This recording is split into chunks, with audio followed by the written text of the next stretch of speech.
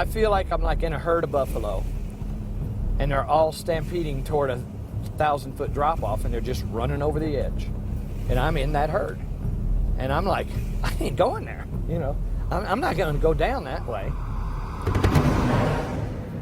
So I have to somehow affect the whole herd so that they will take a left turn or a right turn and not go off this edge.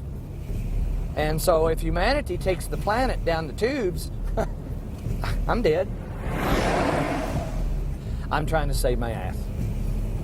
And that is a powerful force.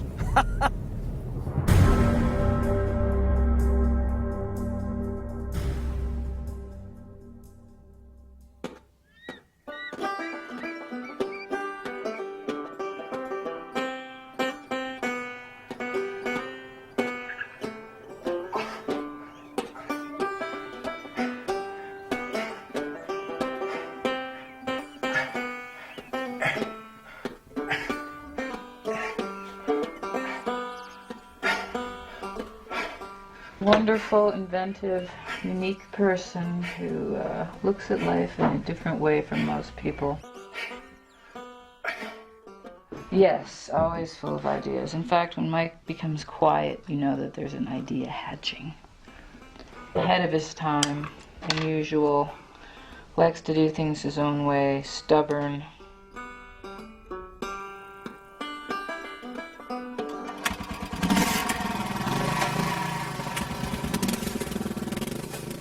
I was raised as a Baptist. No dancing, no drinking, no gambling. So I got the hell out of Dodge.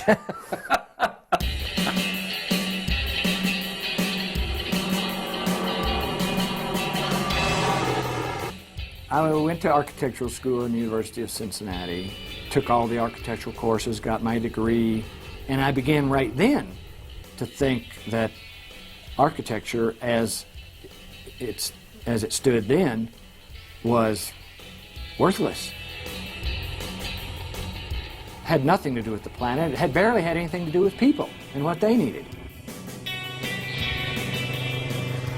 I love to draw, I love to build, but the profession of architecture is nowhere near addressing the issues that we are faced with. They have the opportunity to really guide us and take us to where we need to go. And they're not. They're taking us where we don't need to go. We're running out of oil. We're running out of water. We have global warming. Population's expanding. For many reasons, we don't have time.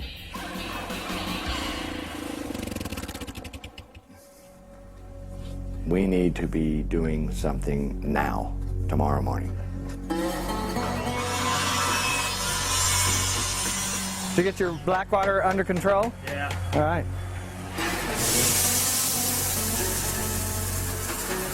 Is that working like we wanted it to? Do like 3 in each of these tops. Yeah. The tops will be Instead of riveted one, together. but, yeah, I'm just trying to get the thing. I started all this thinking with quality of life in mind. We're talking about survival now.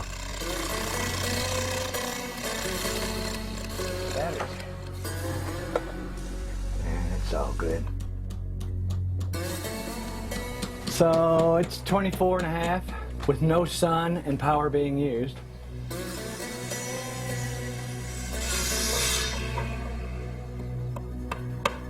That's the final overflow that just goes to the septic of this. Yeah. But the final overflow for all the planters Can still is come right off of here. here and go through here. Yeah. To hook into the septic. Straight to the septic. Okay, I'm there. We know that in the future we are rendering this planet damn near uninhabitable. So as we move closer toward that, we're trying to devise a method of living that allows people to take care of themselves.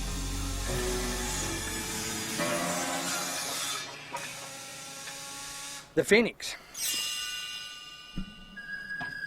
There is nothing coming into this house. No power lines, no gas lines, no sewage lines going out, no water lines coming in, no energy being used. So we're sitting on 6,000 gallons of water, food growing, sewage internalized, 70-degree space year-round. What these kind of houses are doing is taking every aspect of your life and putting it into your own hands. A family of 4 could totally survive here without even going to the store. So that whole area is going to be food production, Yeah. with birds and insects flying around. Then out here is going to be goats and chickens and ducks. So this will be literally an Amazon jungle with 20-foot tall trees and little platforms up there where you can hang out with trees, birds, parrots, canaries, you know, bugs, bees, butterflies. It's a direction for humanity, really. I've been doing it for 30 years, and I think I'm starting to scratch the surface of what is available in this gold mine that we're starting to penetrate.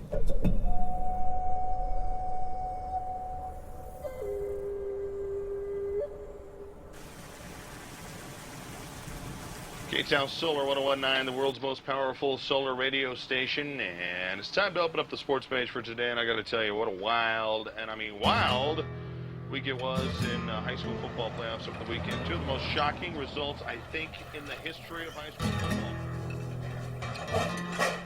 Mike's biggest obsession is work. Definitely work.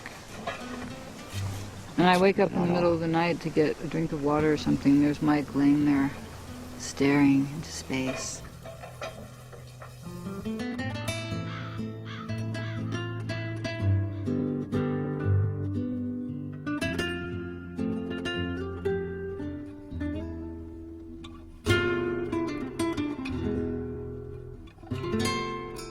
I'm always dreaming about the room that I'm working on or whatever. I was sleeping, I had a dream, and I just saw this seashell type shape that you would walk into. But then I took the sketch to Ted and told him, you know, I just dreamed this, Ted, and here's what I'm trying to get. And I made pictures and everything. And then we talked about how to do it, and then Ted made it happen. And I take my dreams to them, and they make my dreams happen. And then it becomes their dreams too.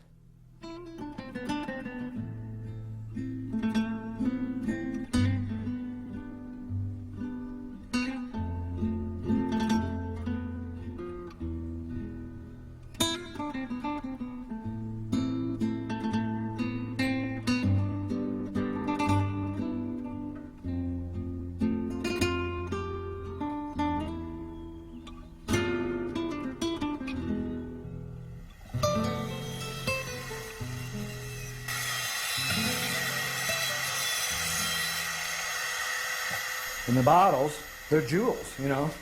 This is garbage. And it comes out like stained glass jewels.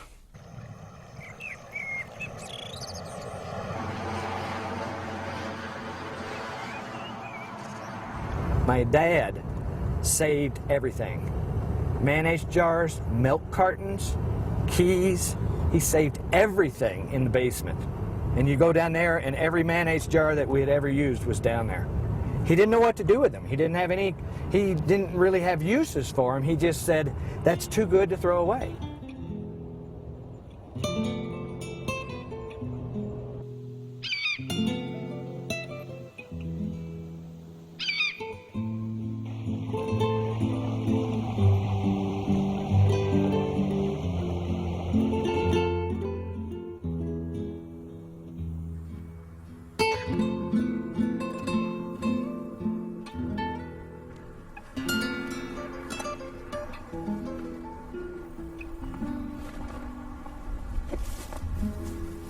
This is the first house built out of beer cans.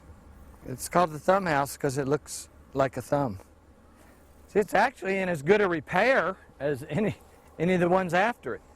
But see, there you can see, there's still, you know, that's the beer can building blocks right there. We made houses with bricks in my world. So I made a brick out of cans, wired together with little pieces of foil for reflectors. I built 2 or 3 houses this way and went on to just using cans by themselves.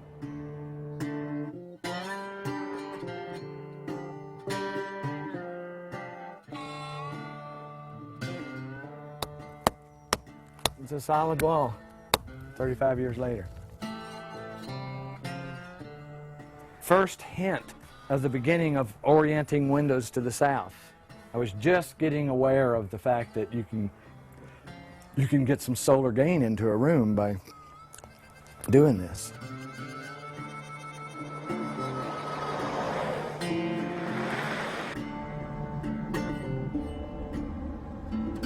From doing what I've been doing as long as I have and seeing that cities are real close to dying or falling apart because of all the infrastructure failing, and they're just dangerous areas of chaos that can't support themselves any longer. So I see them getting abandoned, and I see beyond that people going back to the cities just to mine out the goods.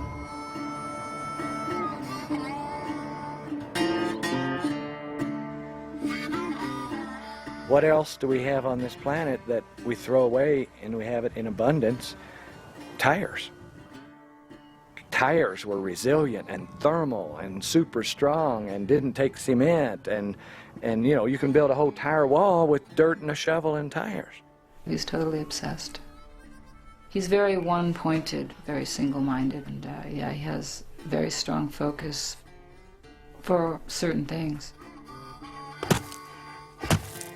And we beat the earth into the tires with sledgehammers, and it was really tight. It was like a compacted 90% brick. In the early 70s, they're talking about solar and trying to store thermal mass in houses, and I'm getting a bit of a consciousness of thermal mass. Beating dirt into tires was mass. Mass holds temperature. And I'm like, oh my God, this thermal mass thing is intense. I mean, it's like, man, it's powerful.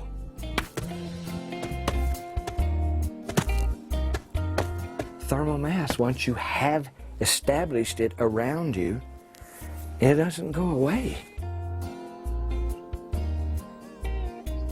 This is the first one that we actually called an earthship. I needed a house because I was just getting married to Chris, and here it is 20 years later, and we still live in it because it works.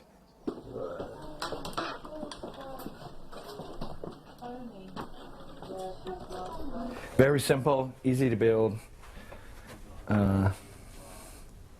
That's all beer cans plastered over. There's no doors, there's no wall.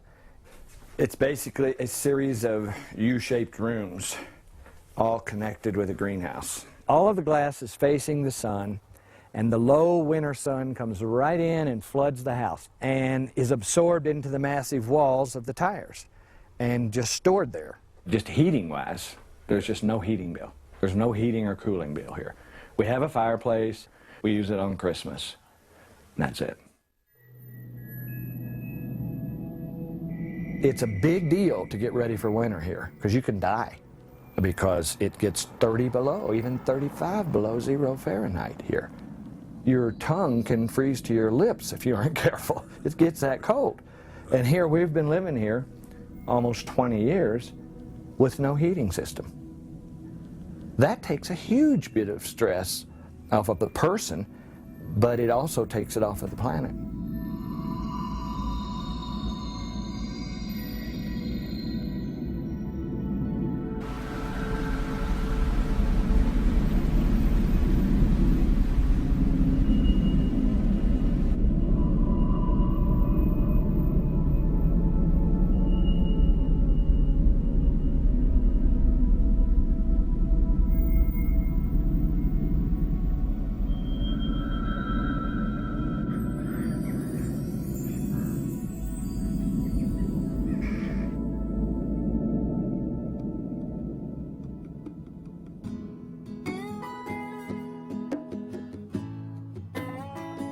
This is a compound that we started working on 30 years ago.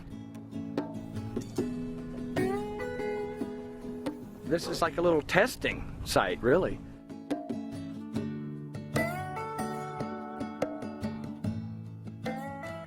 This whole decade of work here was just evolution.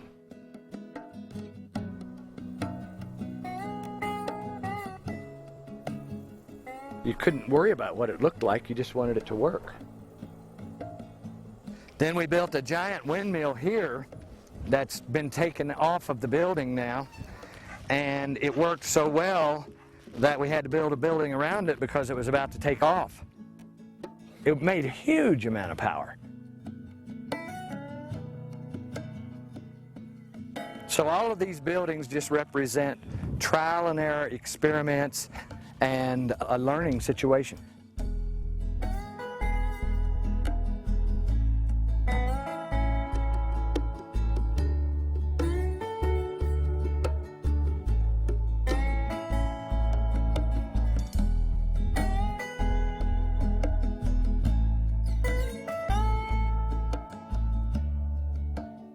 That's the first building right there.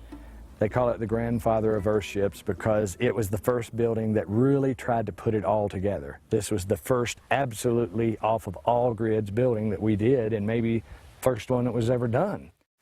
I mean, it's definitely a wild shape, made to go up and get the wind. This was the first place where I put wind, solar, greenhouse, garbage building, everything together in one building, and this is what it ended up looking like. Everything was intense. Everything about what we were doing and the buildings and the life was just like absolutely striking intense the whole time. People would come out here and they'd never want to leave. It was a time of magic, that's what I can say. Living in that building, I mean, this is like 25 years ago. I had my own power. I had food growing. I didn't need heat. I was like, Jesus Christ, man. I am free. I am absolutely free.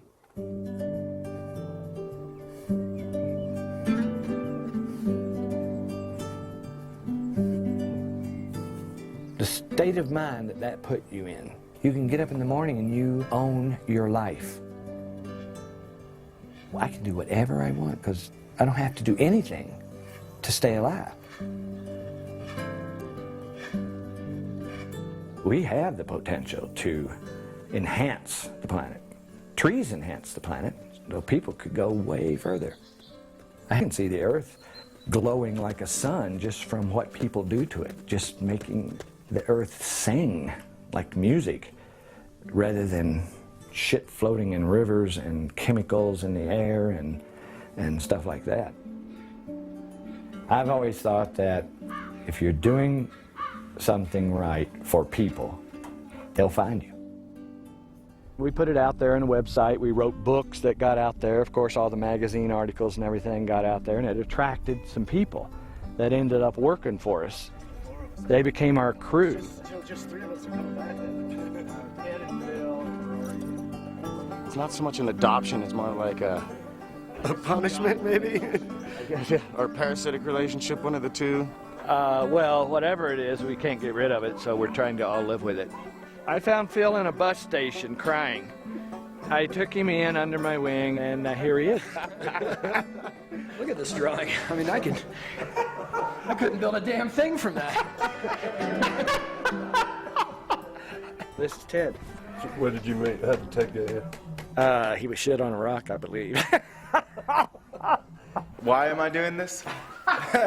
For money? Is he gonna get rich doing this? No. Yeah, he probably looks at us like his sons, and we look at him like a, like a stepdad, that you can hang out and party with. And I always tell Mike that you're like a freak magnet. He attracts the weirdest people, the weirdest clients. To put the crew together to build a community for themselves, you can't get any better than that. So when we settled this community, we designated 10 acres, and they all got their memberships, which turned into actual building lots. But we all paid the same amount, and we all drew a number out of a hat, and then we got the lot that we got. I was so happy just to own a small piece of land. I didn't even know how big it was until we got the survey here. I just knew it went from over there to over there, and then I could put my house kind of in the middle of It it. was fair, it was equal. The richer person couldn't afford the better lot, you know?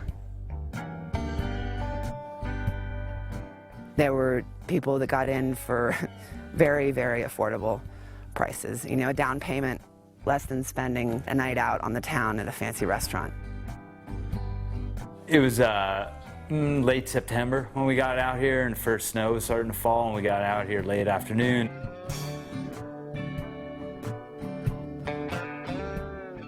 Yeah, I was trained as an architect and then graduated and chose to live in a dirt hole and build a house around myself.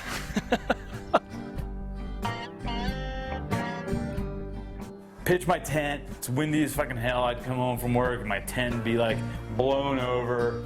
Okay, well, fucking fix my tent, go out and pound that evening, 7, 8 more tires. It took us about 5 or 6 years to build the first part of it. And then we've added on, of course.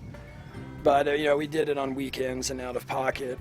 So in about 2 months, I had my main U walls up, my tent right in the middle, blocked from the wind. I was like, this is fucking fantastic. You know what I mean? It was like, I got a wind block.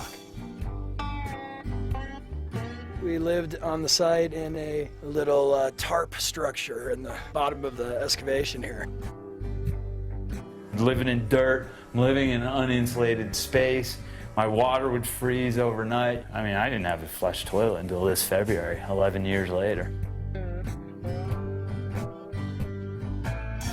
I was inspired to build my earthship by watching the amazing people around me who were doing it when they were pounding tires and living out of tarp tents, making spaghetti together on rainy nights and playing guitar in upside-down wheelbarrows for chairs and having bonfires. I had never experienced a bunch of people working that hard. So I was like, wait a second, this isn't a bunch of hippies, you know? And I was like, yeah, there's the occasional hippie that this appeals to, but I was just like, this just made so much sense.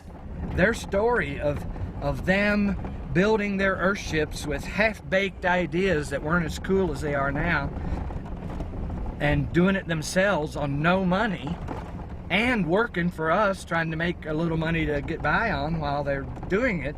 A dozen of them in that subculture did it, and now they're all sitting there happy as hell.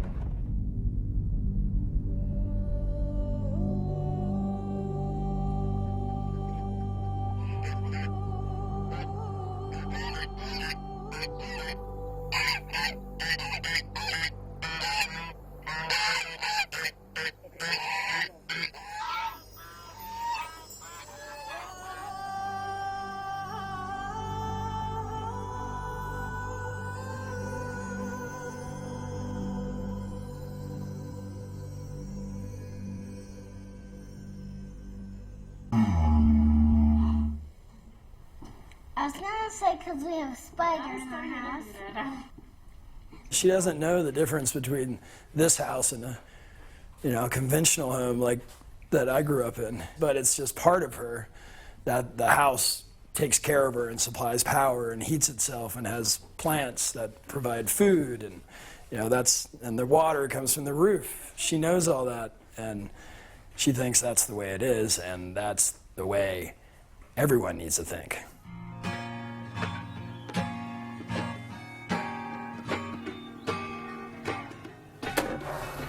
This used to be my office.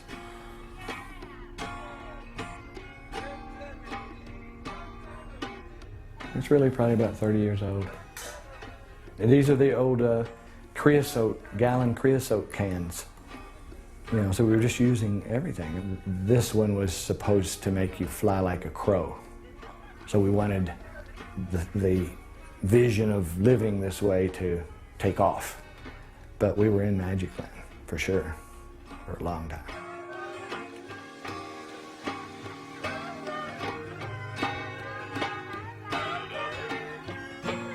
Somebody's got to be outfield. Player negotiations. You know, the crew always becomes like a family, and we would work together for 4, 5, 6 years, and then another group, you know, they'd fade out and others would come in. Here in the last decade, though, these people ain't going away. You know, the people that are with me now, they've been here 10 years. They say this is their life. and this is my life, and so they're beyond family. We're here for the duration.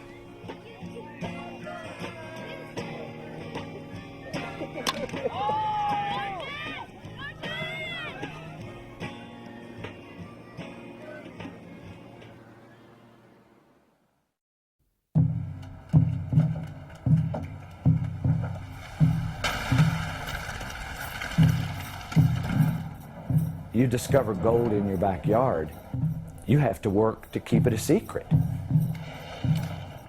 All of a sudden we're getting requests from all over the country and world to do earthship communities, and so on. So then I got the idea myself. Well, I'll do a community myself. It's an off-grid sustainable community. Translate this into cities? Holy shit. I bought the land up at Reach to do the Reach community because I wanted to really challenge the concept on the slope of a mountain where no power water could be gotten or whatever. We learned the systems at Reach, power, water, and sewage. And it was, in fact, the first New Mexico sustainable testing site. Reach was successful. Now I want to go further. So I go on the other side of town and I get 650 acres this time. You spend thousands of dollars in the process of getting land to have a house on. That's ridiculous. Why don't I just buy a chunk of land, not make any profit on the land, just have everybody own it in common, and all their money goes straight to their house. We don't need infrastructure. Each one of our buildings has everything it needs, power, water, sewage right in it. We took thousands and thousands of dollars of expenses out of the equation, and it worked. Now we have a bunch of people out here, no mortgage payment, no utility bill, and they're happy, and we are ongoing.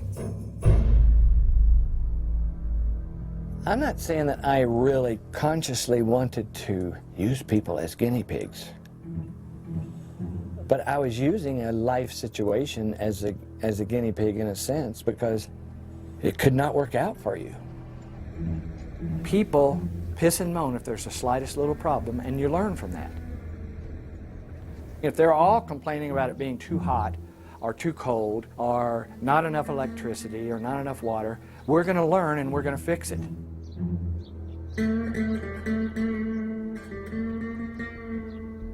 Well, this was the one where I had the two-story greenhouse.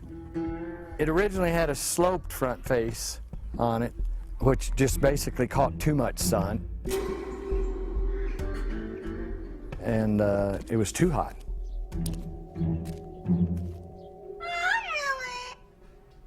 No, we had ventilation and everything, but the sun, just the direct winter sun coming in at a slope 2 stories high, was just too much.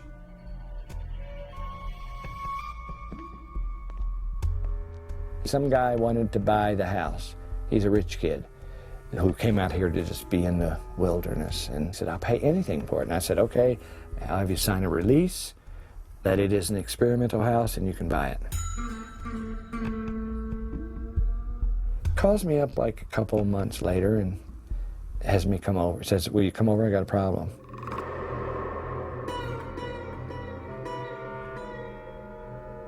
And he took me in his kitchen, and he is a writer. And he had an heirloom typewriter out on the kitchen table working. And the typewriter was melting. The plastic was running.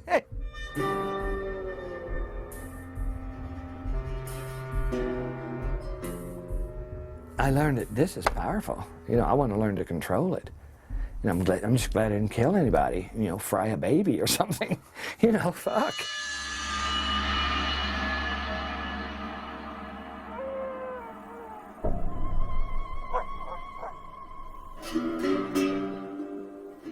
It takes clients to develop ideas in building. You can't figure out all your ideas on your own one house. You need many houses to do it on. You can't afford to build many houses, so you do need clients. And people take issue with him because in the early days he did it badly. The houses leaked, they were hot, they looked like they landed from Mars or another planet. Most of the time, you'll get good clients that realize that it's experimental what you're doing, and some things may not work, or some things could be better. Then you get the occasional client who thinks, oh, it's experimental, but everything must work perfectly because that's how houses are. And then those people, they're disappointed, and sometimes they sue. When you're doing something like running sewage through the living room and building a building out of garbage, if you really do seriously fuck up, it's 10 times as bad. And so, you know, if I had a roof leak, it was lawsuit. If I, you know, had a smell in a bathroom, it was lawsuit. If I had a house that was 60 degrees rather than 70, it was lawsuit. The powers that be in the architecture world and in the planning world, you know, they just can't see any other way than the way they've got established. And that's how the board of architects basically crammed down his throat that no, there's only one way to do an architectural contract, and this is it. And if you can't do that, then you can't be an architect. The architects board asked me to bring charges against Mike Reynolds. So everything that he was doing fell outside the scope of what New Mexico would consider legal construction. She said, basically, they're going to nitpick you to death for the rest of your life because of what you're doing. Standardized design and construction is so important because it means safety. I was breaking rules and laws right and left. There's no question about it. It's not just the design, but it was actually the building of these earthships that was a problem. Which, granted, he wasn't playing by the fucking rules. Rules are made to be broken. I was twisting the law to try to get sustainable housing out there, folks. The worst outcome that could have ever been for Mike was he'd lose his license, and he did.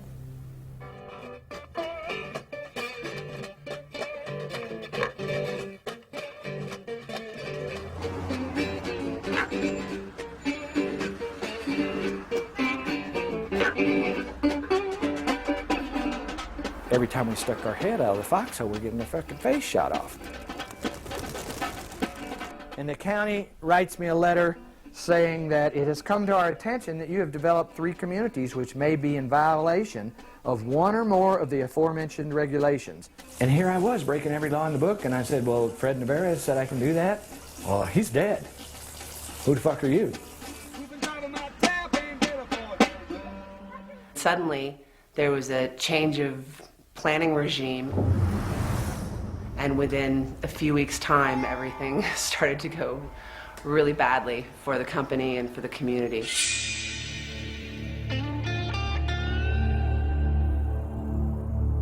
They had a big notebook like this thick, even thicker than this, Reynolds subdivision violations. Subdivision law stated that to convey property, you have to have power, water, sewage. You have to have everybody owning their specific piece of land. You have to prove that you can provide all these utilities to it. You have to put in roads. You have to do all of these super expensive things to qualify as a subdivision. When I was hired to be planning director in 1995, that was one of the first charges they gave me, was to make sure that everybody lived by the same rules. They didn't put any roadways in. There's no service, no water. They didn't put anything in. And the state legislature at that time just said, okay, enough is enough. We filed 5 subdivision actions at the same time. He came out with his code enforcers with guns on. I mean, they shut us down.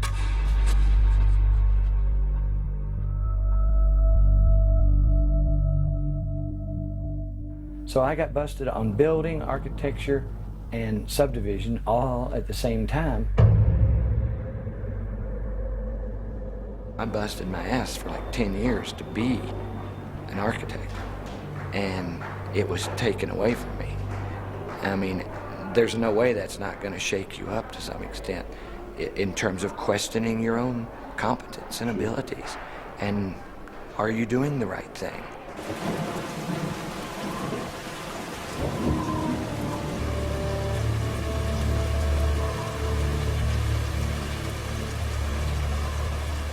We fired the crews and we're down to 2 or 3 people. And job sites were shut down, and people that were waiting to build, their permits were denied even though the county had already cashed their checks.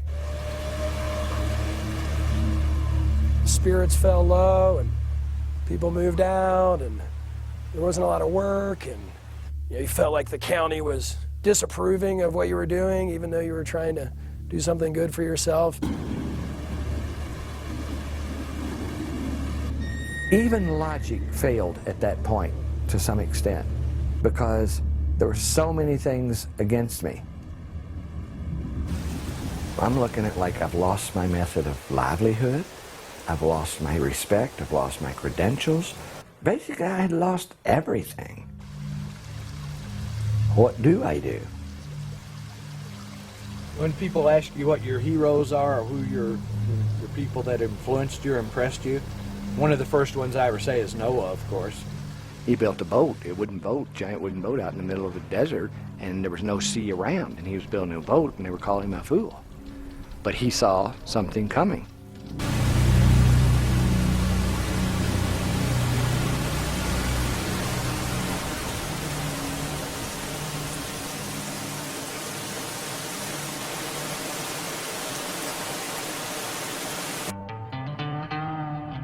He didn't draw for 2 years. You know, he didn't draw a house design, or he wasn't able to think about any details or how to, you know, improve upon the buildings. So, yeah, he was just occupied by law. Just the atmosphere around the entire company was, everything was in question. At this point, I'm assessing my life and my situation. Do I want to spend the next decade proving these people wrong on an ego trip? Or do I want to, however I can, prove sustainable housing and build it? I went in with my tail between my legs. I said, what do you want me to do? And they said, be a subdivision.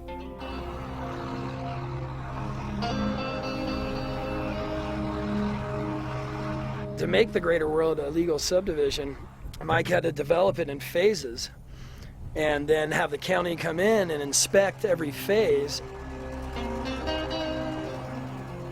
This is the application for phase 3 and 4 to be a subdivision. We have to provide 14 copies of this. Archaeologists had to walk the land and look for arrowheads. That cost $20,000. And all they did was walk around and pick up arrowheads. Engineers had to engineer the terrain and make diagrams and drawings that nobody ever uses. That was $14,000. Just endless horse shit.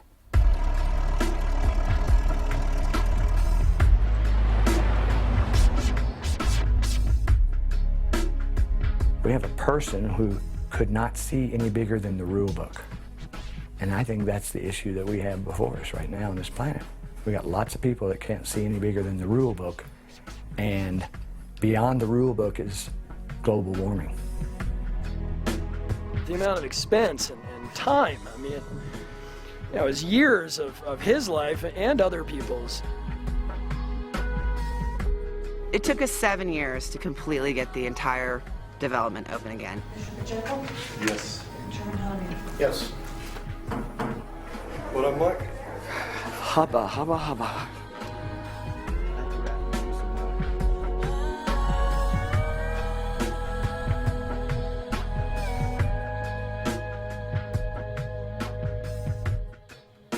All of a sudden, I went from a turd in the punch bowl to, you know, a flying fish.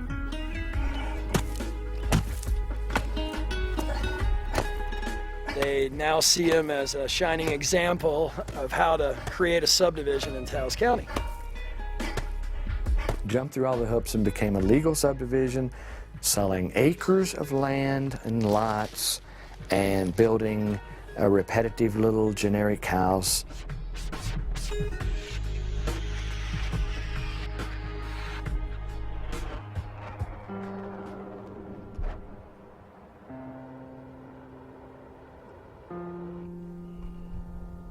For a period of time there, I was not exploring, I was not evolving. I was taking what I had learned to that date and keying it in to convention as clearly and legally and straightforward as I could to try and not make any waves, just do something that they could relate to for a few years and get stable with the powers that be. We lost this ability to dream an idea and do it the next day. He lost the right to experiment and create new buildings and innovations on the buildings. You've got to be able to make mistakes. Otherwise, you never evolve housing type. And so that's what the rest of the country is still stuck in the same housing that they were in World War II or World War I. It's the same exact housing. Everybody's so stressed about getting sued that they can't make a single mistake, so there's no evolution of design. I had lost the freedom to fail.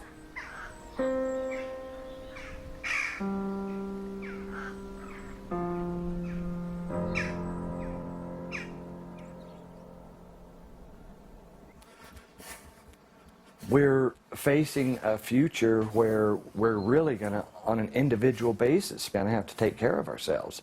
New Mexico's the state where they tested the atomic bomb. They designated several thousand acres of land to be just absolutely destroyed with something that they didn't even know whether or not it would keep on exploding or not.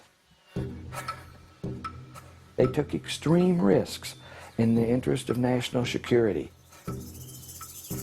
So what I'm saying is, can't we make a few hundred-acre test sites with no holes barred to test methods of living for the future? It's a test site. They allow it for bombs. They test automobiles. They test airplanes. They should test housing.